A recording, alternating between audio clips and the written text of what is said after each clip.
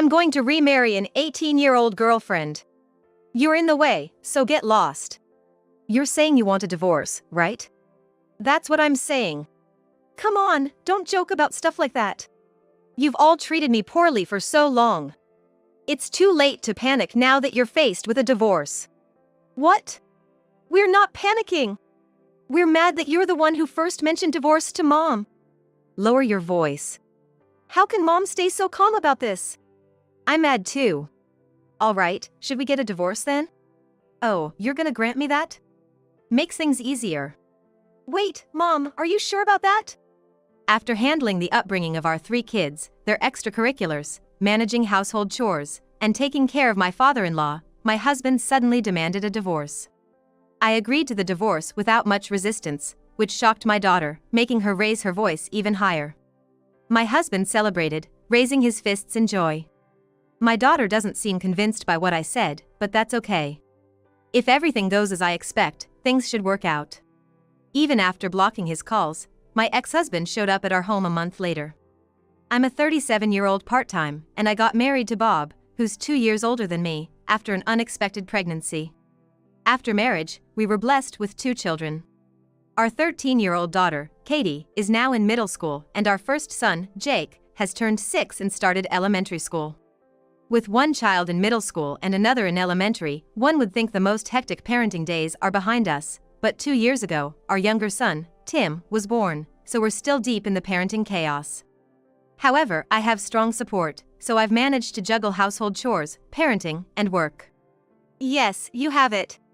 Prepare it yourself. I'll get ready after breakfast. Didn't you forget to take it with you last week? Prepare it first. Seeing me always hustling and bustling, my daughter naturally started to back me up. She's already showing signs of being a strong-willed mother figure, and it's honestly a relief to have her helping out. I'm admittedly relying on her a bit too much. But sometimes I feel ashamed to rely on my child for parenting support. However, leaning on my dog-eater is due to me working, parenting, and also taking care of my father-in-law. Mary, I'm sorry, but I need to go to the bathroom. Can you help me? Of course. Let's stand up slowly. I always feel bad asking for help. My father-in-law always looks apologetic towards me, but I've never found him to be a burden. Although people call it caregiving, my father-in-law just has weak legs, and with some support, he can manage his daily tasks by himself. So, it's more about support than actual caregiving. However, my father-in-law, Ken, is 70 and my mother-in-law is 68. My mother-in-law can't support my father-in-law by herself, so for about 3 years now, our family has been living with my in-laws. Living with in-laws can often lead to disputes, but luckily, I've stayed out of it. Welcome home, Mary. Thanks for your hard work at the part-time job. Lunch is ready, you'll eat, right? Thanks, I'll have some. I really appreciate it. Don't mention it. Oh, by the way, I noticed Jake's school shirt had a button missing, so I fixed it. I hope it's okay I went ahead and did that? You fixed it for him? That helps a lot. Thank you. My mother-in-law often helps out with housework and taking care of my children. Additionally, my father-in-law enjoys spending time with Jake when he gets home from school. When I was pregnant with Tim, I don't know what we would have done without their help. Ironically, even though we moved in to help my in-laws, it feels like they're the ones supporting us more. I often feel indebted to my in-laws for this, but they always reassure me that there's no need. I really appreciate you, Mary. Living with your spouse's parents can't be easy, but you've taken it in stride. That's right, I can't manage Ken on my own. Besides, we love being able to live with our grandchildren. You might think we're helping out, but we genuinely enjoy doing these things. It's been 3 years since we started living with my in-laws, and while there have been busy moments, life has been fun. However, there's one thing that worries me. Over these 3 years, I've noticed a gradual change in my husband's behavior. One morning, it was the usual scene. Didn't you forget to give out the paper yesterday? I always tell you to do it properly. I just forgot yesterday, okay? Mary, when you're heading home from your shift today, could you pick up some sewing thread from the store? Sure. Could you also buy me a new nail clipper? The one I'm using now has become dull. It seems my husband doesn't care much for this mundane scene. You have it good, don't you? You get help with the housework and taking care of the children. How can you say that? You probably don't know since you don't help, but both housework and childcare are challenging. Plus, I have to go to work as well. You're just working a laid-back part-time job, aren't you? What's gotten into you, Dad, taking your frustrations out on Mom? It's not like that. There are folks who handle housework, childcare, and their jobs all by themselves. I just want to say you have it too easy. My husband left his toast untouched and left for work. I sometimes face complaints from my husband. It seems he's displeased with the fact that I get help from his parents. But, thanks to Katie being on my side and my in-laws backing me up, my husband often reluctantly steps down. Perhaps feeling uncomfortable being the odd one out, my husband started spending less time at home. Welcome back. You're late again today, huh? I don't need dinner, I'm gonna take a shower and go to bed. My husband started coming home later and began spending weekends on his own. Even though the lack of support from the family is his own doing, he's sulking about it. It feels like we have a fourth child in the house. But remember, he's a grown man nearing 40 and a father. We can't have him acting like a child forever. I don't mind if you don't help with housework, but could you at least assist a little with childcare? Why don't you ask my mom or someone else? Didn't Katie start attending swimming classes? She comes home late, so I pick her up. And Jake joined a soccer club, remember? It's fine during regular practice, but there are times during the weekend when I have to drive him a bit farther for friendly matches. I can't ask her to do that, can I? I'm not doing any pickups or drop-offs. Why do I have to do that after a tiring day at work, even late at night or on my days off? You work part-time and can drive, so you should handle it. If I'm busy driving them around, who's gonna manage the house? I'd end up leaning on your parents even more. I get that you're tired from work, but help out a bit, won't you? Didn't you promise to support when both of them started their activities? That meant I'd foot the bill. If you can't manage the pickups and drop-offs, maybe they shouldn't be doing those activities. My husband's complaints aren't just directed at me, he's frustrated with our children for not taking his side either. Seems like this fourth, grown child of ours is the most demanding of all. I can't ask them to quit their activities, so I decided to manage their pickups and drop-offs. But I can't keep relying on my in-laws any more than I already am. I made a point to ensure I didn't increase the burden on my in-laws. But, the drive to pick up and drop off takes about an hour to 2 hours. The efficiency of housework and childcare inevitably decreases. To make up for that decrease in efficiency, I started waking up early or cutting down on my sleep to do housework and childcare. I make sure to use every spare moment for housework and childcare. Without a break, with a body exhausted from housework and childcare, I also go to my part-time job and continue to support my father-in-law. There's no way I can keep pushing myself like this indefinitely. I felt the limits of sheer determination. I talked to my husband again, but he said, "Huh? Didn't I tell you I'm not gonna do the pickups and drop-offs?" And he flatly refused.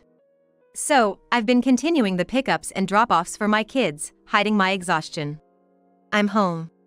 Welcome back, Mary. You okay? Isn't the drive tough? I'm fine. I'll get dinner ready. I force a smile, trying to hide my fatigue. I can't rely on my in-laws any more than I already have. Even though it might be better to rely on my in-laws, that's just not who I am. Moreover, it seems like bad things just keep happening one after another. My father-in-law passed away from a heart attack.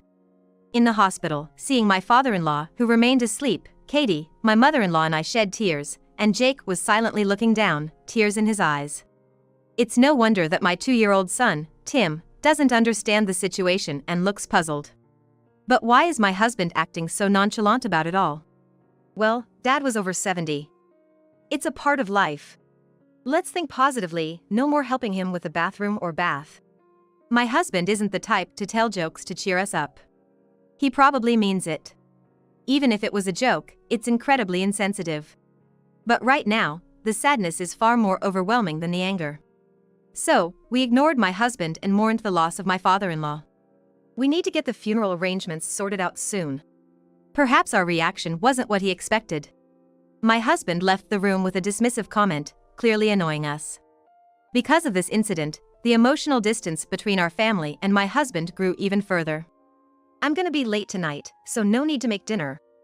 It's been 2 years since my father-in-law passed away, and my husband continues to act recklessly, all on his own. He doesn't help with housework or childcare. I'm still the one taking our 2 kids everywhere. The trips to drop off and pick up Tim from preschool have also increased. Moreover, he's coming home later than before, sometimes not even returning on weekends. And to top it off, he's been reckless with money. Hey, did you spend money again? It's fine, ain't it? Most of it is money I earned anyway. We have 3 children, you know. We still need money. Stop wasting it. Enough. Just keep quiet and take care of the house. By now, the relationship between my husband and me had grown ice cold. The main reason we hadn't divorced was not just because of our children, but also out of concern for my mother-in-law. I'm sorry, it's been such a pain. You can leave him anytime you want. My mother-in-law sometimes tells me it's okay to get a divorce, but if I did, it might leave my husband and her alone together. Considering how sweet my mother-in-law has always been to me, I can't bear the thought of leaving her with my husband. So, whenever my mother-in-law brings up the topic of divorce, I always just laugh it off. After all, as long as I have my 3 lovely children and sweet mother-in-law, that's enough for me, even if my relationship with my husband has gone cold. But a turning point in our lives was approaching. My mother-in-law suffered a stroke. Although her life wasn't in danger, my mother-in-law was left with cognitive impairments. The view from that mountain is so beautiful. I really love it. I went there just last week. Oh, that sounds amazing. I'd love to see that view from the mountain someday.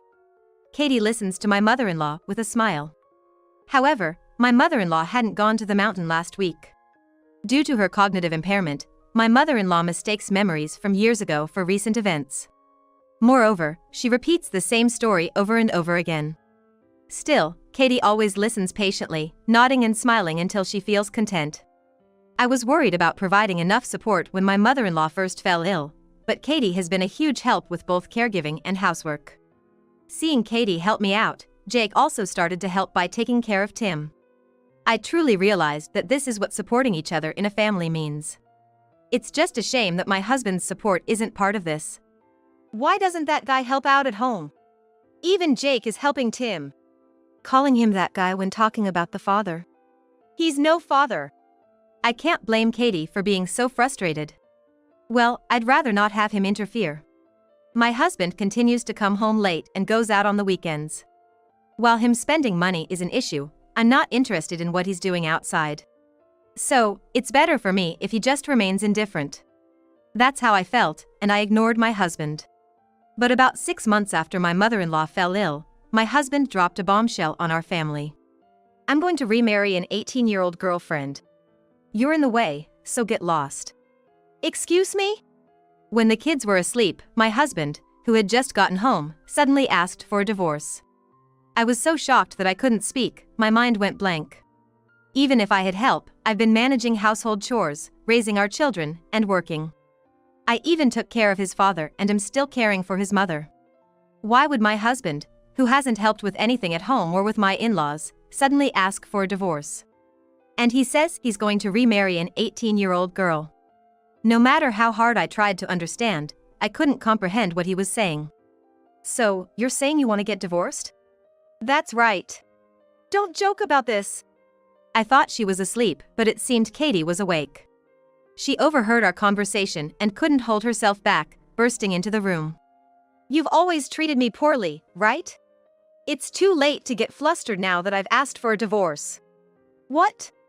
I'm not flustered. We're mad that you're the one asking Mom for a divorce. Katie's anger was so intense that I couldn't talk to my husband. It's nice that she's mad at my husband for me, but at this rate, Jake and Tim might wake up. Katie, don't raise your voice. How can you stay so calm, Mom? I am mad too. But first, let your dad and I talk. You go back to your room. No, I'm still here. Katie didn't seem to want to go back to her room. Although she remained silent, she crossed her arms and glared at my husband, showing no intention of moving. It's not ideal to talk about divorce in front of my child, but sometimes it's unavoidable. So, you were always coming home late or going out on weekends for that girl, huh? Yeah, I've been seeing her for about a year now. She's a waitress at my favorite local pub. And unlike you, she's nice and sweet. While that sounds like an affair rather than just dating, that's not the point I'm focusing on right now. She's too young, isn't she? Are her parents okay with this? Her parents are against it. If she marries me, she'll be disowned. How are you planning on getting married without her parents' approval? Doesn't matter. We can get married. We've been waiting for this for a year. I tried to address the human connections and morals. But I felt like I was talking to a brick wall with my husband. At this point, I couldn't care less about the divorce or the affair. What worries me is what will happen to my mother-in-law after the divorce. I glanced at a photo of my mother-in-law on a shelf in the corner of the room. It was a picture from when my mother-in-law was still vibrant, hiking in the mountains with a bright smile. Seeing my mother-in-law's smiling face in the photo brought me relief, and I remembered how she always told me that it was okay to let go. All right. Shall we get a divorce? Oh, you're willing to divorce? That makes things easier. Wait, Mom, are you sure about this? Because I so readily agreed to the divorce and made it sound trivial, Katie raised her voice in surprise. My husband, on the other hand, looked elated and was practically cheering. I can't accept this. It's okay. What's okay about it? It's okay. I repeated the same words, trying to convey to her with my eyes that there was more to this decision than meets the eye. It seemed she, with whom I've spent so much time as family, understood my feelings. However, my husband, who hasn't been much of a family figure, didn't catch on to the silent exchange between her and me. If things go as I anticipate, everything should fall into place. We've decided to get a divorce, but with children involved, there are still many details to discuss. So, I can't leave the house right now. Of course, I can take my children, right? Absolutely. In fact, take them. They're in the way, such a hassle. Got it. But I can't just leave with them right now, so give me a moment. Fine, you can stay here until you find a place to move. I'll be with my girlfriend till then. But make sure to leave in 2 weeks. As my husband happily left the house, Katie looked at me anxiously. Don't worry, honey. You really think a man like that can be happy? I bet Grandpa up in heaven will make sure he gets what's coming to him. I showed her a reassuring smile, trying to ease her worries. Seeing me smile, she gave me a slight, relieved smile in return. The next day, I reported my divorce to my mother-in-law. I'm sorry, but I've decided to get a divorce. It's all right, dear. I'm sorry for all the hardships till now. Though we were conversing, I'm not sure if my mother-in-law fully understood the gravity of the situation. Nevertheless, my mother-in-law's words were a comfort to me. 2 weeks later, I left the house with my 3 children. The place we moved to wasn't too far from my hometown. The reason was not just to avoid transferring my children to a different school and to continue my part-time job, but there was another motive. The divorce went smoothly since I didn't bring up his affair. I decided not to press on with the affair because getting child support without any hiccups was more important to me than fussing over anything. However, in exchange for not bringing up the affair, he'll have to pay child support. Eager to start his life with his 18-year-old new wife, my ex-husband, Bob, didn't think twice about the long-term implications and accepted my terms. How long do you think, Mom? 2 months? I'm guessing a month. You think he's that weak? Surely he can hold out for at least 2 months. I explained to Katie why I divorced him without making a big fuss. Understanding my reasoning, she looked forward to that day with anticipation. A month after the divorce, I got a call from my ex-husband on my cell. See, it's been about a month, right? Not yet. I don't think he's at his breaking point, so let's watch for a bit longer. From then on, my ex-husband called me incessantly, almost every 10 minutes during the night. At night, I receive a call every 10 minutes. With this, I really can't relax at home, so I blocked his number. I've given him my address, so there's no issue if he can't reach me by phone. If he gets really desperate, he'll probably come to my house. A month after blocking him, he finally showed up at my door. Please, come back. I was wrong. Through the door, he loudly pleaded for help. Given it's nighttime, I didn't want to stir up gossip among the neighbors, so I reluctantly let him in to hear him out. I left Tim in the care of Jake and sat with Katie to listen to his story. Well, I'm guessing it's probably what I expected. I kinda have an idea about what happened, but can you explain? After you left, I started living at my parents' home with my girlfriend and mom. But let me guess, your girlfriend couldn't handle taking care of your mother and gave up? Yeah. I didn't think she'd bail so easily. Even Katie, when she was in middle school, managed it. You realize that's to be expected? Caring for an elder isn't about guts. Katie could care for your mother because she's family. Just like I could care for your folks because they were kind to me. I felt like they were truly my in-laws. And you thought some girl would just step in and start taking care of your mother because you told her to? Well, I bet you dumped all the housework on her, didn't you? Anyone would get fed up. Especially an 18-year-old. So, did you two break up?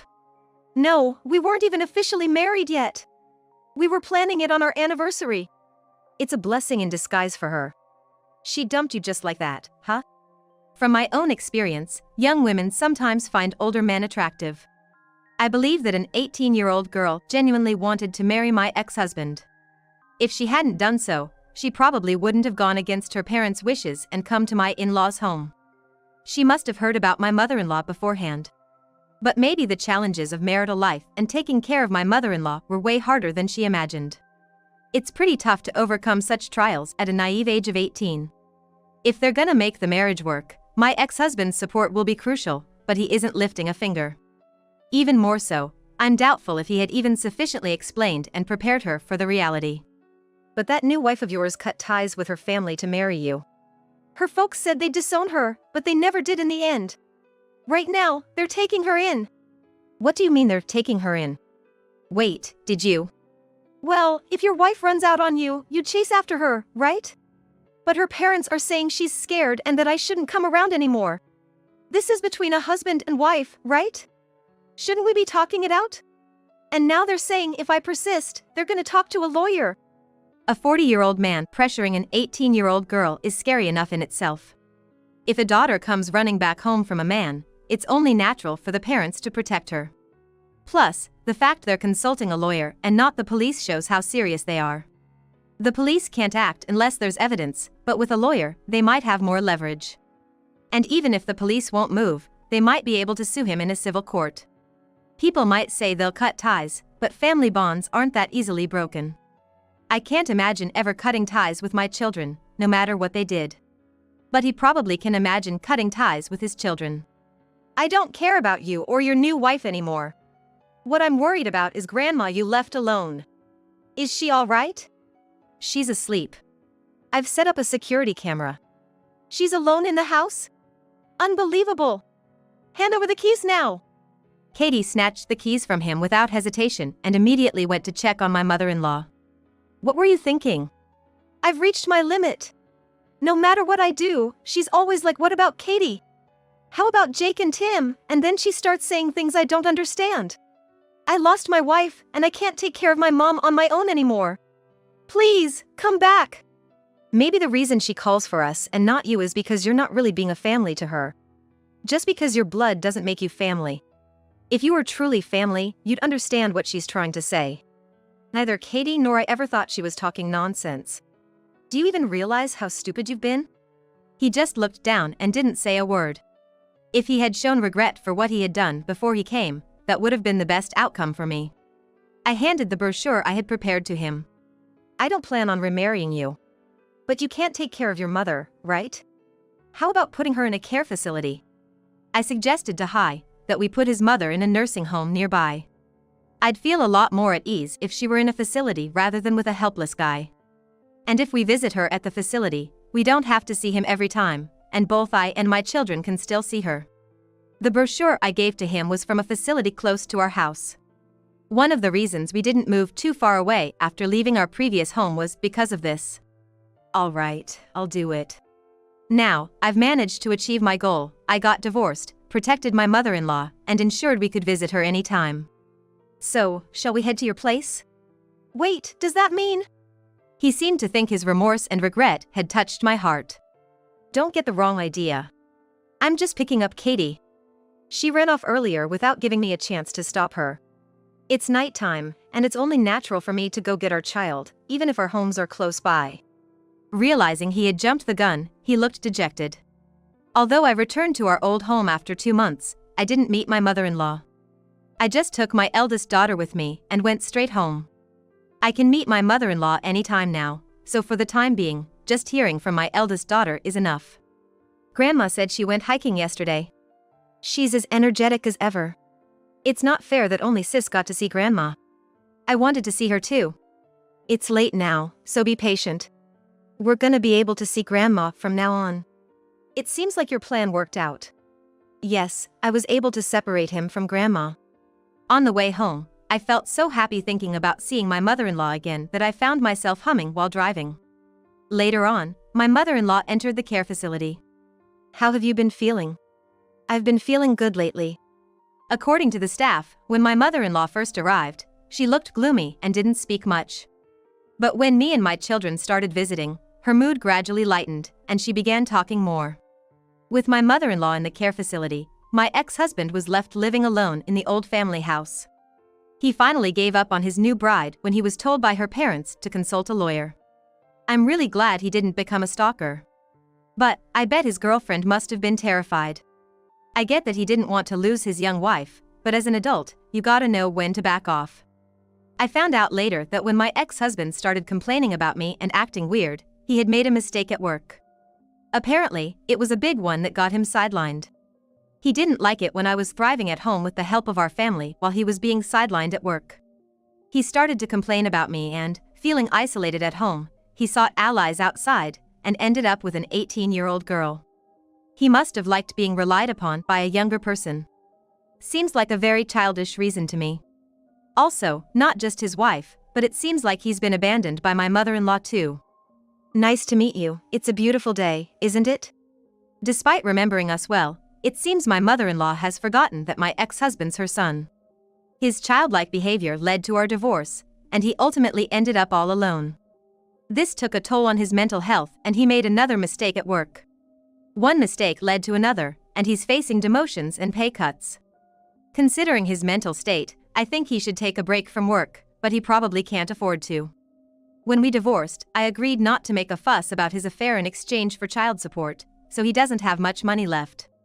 But he needs to pay child support for my children and the costs for my mother-in-law's care facility. So, no matter his mental state, he needs to work and earn money. It's really tough when you don't have someone to lean on. I got a job to support my children. Tim is still young, but Katie and Jake are taking care of him. It's really comforting to have someone who genuinely supports you.